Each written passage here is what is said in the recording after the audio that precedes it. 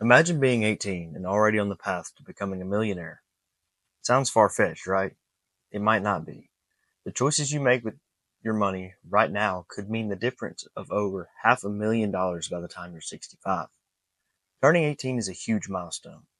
You get freedom, you get responsibility, and yes, you get to make some big money decisions. This is your first taste of financial independence, and it's also your first chance to either set yourself up for success or dig yourself into a hole. No pressure. In this video, I'm going to walk you through exactly what money moves to make after turning 18 to secure your financial future. I'm talking about everything from budgeting and building credit to harnessing compounding interest and avoiding those nasty debt traps. Yeah, I know, make a budget isn't the sexiest advice, but trust me, it's foundational. A budget is just a plan for how you spend and save your money. Tell your money where to go instead of wondering where it went. Start simple.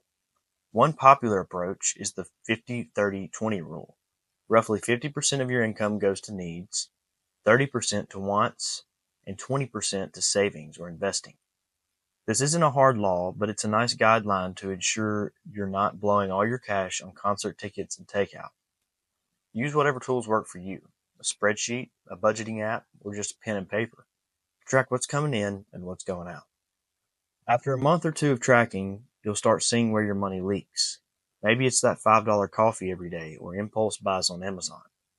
Seeing it in black and white is a wake-up call. The goal isn't to make you stop all fun spending, it's to balance the things to cover your needs, enjoying some wants and still paying yourselves by saving. If you can get in the habit of budgeting at 18, you'll be light years ahead in the money game. It's all about awareness and control. Next up, let's talk credit. Now that you're 18, you're eligible for things like credit cards and loans, and you'll start hearing about this mystical number called a credit score. Building credit early is smart because a good credit score will help you down the road when you want to rent an apartment, get a car, or even land a certain job. Here's the catch. You must use credit responsibly. A credit card is not free money. Think of it as a tool. One of the quickest ways to build a good credit score at your age is by using a credit card wisely. That means if you get a card, use it for regular things you would buy anyway, and always pay off the full balance on time every month. Paying on time is non-negotiable. One late payment can mess up your score. Also, keep your credit utilization low. That's a fancy way of saying don't max out your card. A good rule of thumb is to stay under 30% of your credit limit. So if you have a $1,000 limit, try not to owe more than $300 at any time. That shows lenders you're not over-relying on credit. And a pro tip, check your credit periodically. You can do this for free annually with the major credit bureaus, and it doesn't hurt your score. Monitoring your credit lets you catch any errors or identity theft early. The bottom line, credit can be your best friend or financial independence if you manage it well, or your worst enemy if you abuse it. Now, avoiding bad debt goes hand in hand with credit talk. Not all debt is bad. For example, a student loan for a worthwhile education or reasonable car loan so you can get to work can be an investment in yourself. But credit card debt, payday loans, and other high interest traps, hard pass. The average credit card interest rate is around 20% these days. You think about that. If you carry a balance on your card, you're paying an extra 20% on top of everything you bought. That's money straight out of your pocket and into the bank's profits. If you only make minimum payments, you could be stuck in debt for years. So rule 1, try your absolute best to pay off any credit card purchases in full each month. If you can't, that's a sign you're living beyond your means. Stay far away from payday loans or cash advance places. Those can charge insane interest rates, often well over 100% APR. And when it comes to financing gadgets or using buy now, pay later plans, be cautious. The point here is to live within your means and avoid digging yourselves into a debt hole early on. It's much harder to climb out of debt than it is to fall into it. Alright, let's get to the exciting part. Growing your money. At 18, retirement feels like a lifetime away. And it is, but that's exactly what you should care about now. You have one superpower the older folks wish they still had. Time. Time for your money to grow.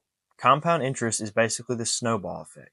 When you invest or save money, it earns interest, and then that interest earns interest, and so on. The earlier you start, the bigger that snowball can get. Even relatively small investments made at age 18 can grow into significant sums. One calculation shows that starting to invest at 18 instead of 25 could leave you with hundreds of thousands of dollars more by retirement age. So even if you can only afford to put aside, say, $50 or $100 a month right now, do it. Open a Roth IRA if you have income from a part-time job, or use an investing app to buy a low-cost index fund. You don't need to be stock-picking genius. If stocks feel too risky, at least stash your savings in a high-yield savings account. The key is start the habit of saving and investing early. Imagine your money growing quietly in the background while you're busy living your life. That's what will happen if you start now. And one more thing, build yourself an emergency fund.